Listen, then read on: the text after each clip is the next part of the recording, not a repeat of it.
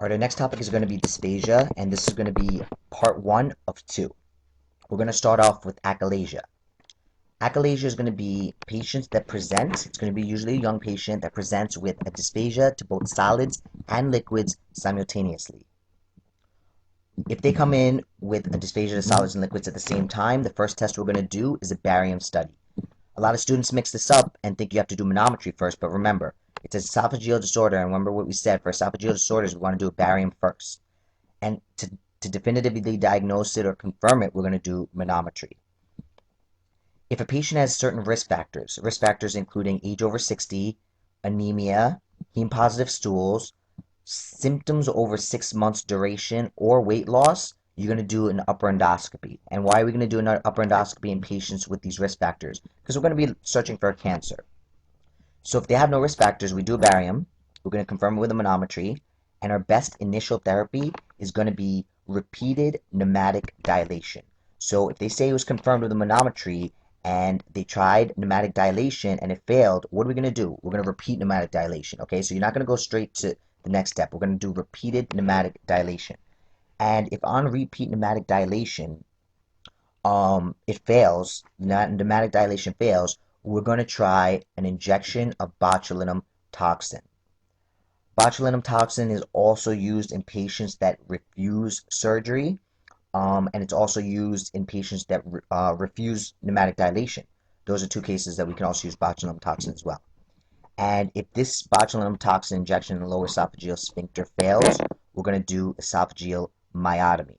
So achalasia, dysphagia, solids and liquids simultaneously. Start off with barium, confirm with manometry. If they have any of these risk factors, we're going to do an upper endoscopy. Our best initial therapy is repeated pneumatic dilation, and if that fails, we're going to do botulinum.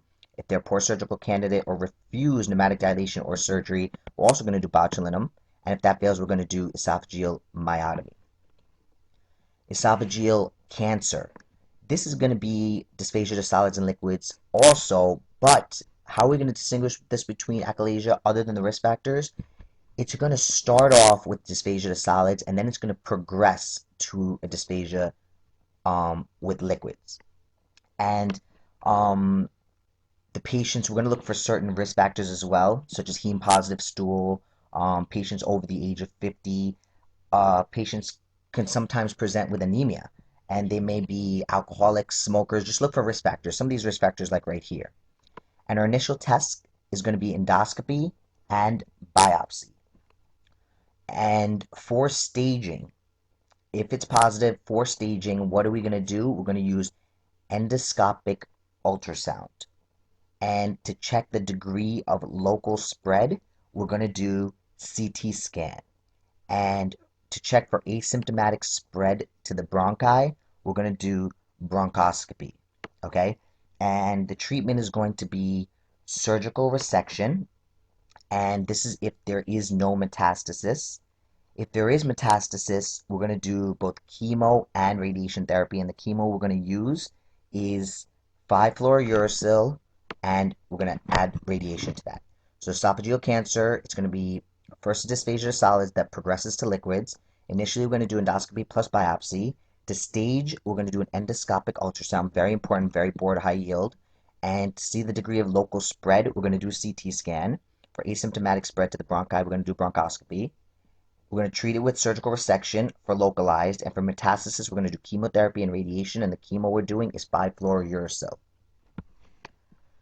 Scleroderma is pretty easy because this is going to be pretty much the only one for your test that's going to present with dysphagia plus GI reflux symptoms. So if they come in with dysphagia plus GERD type symptoms, we're going to think scleroderma.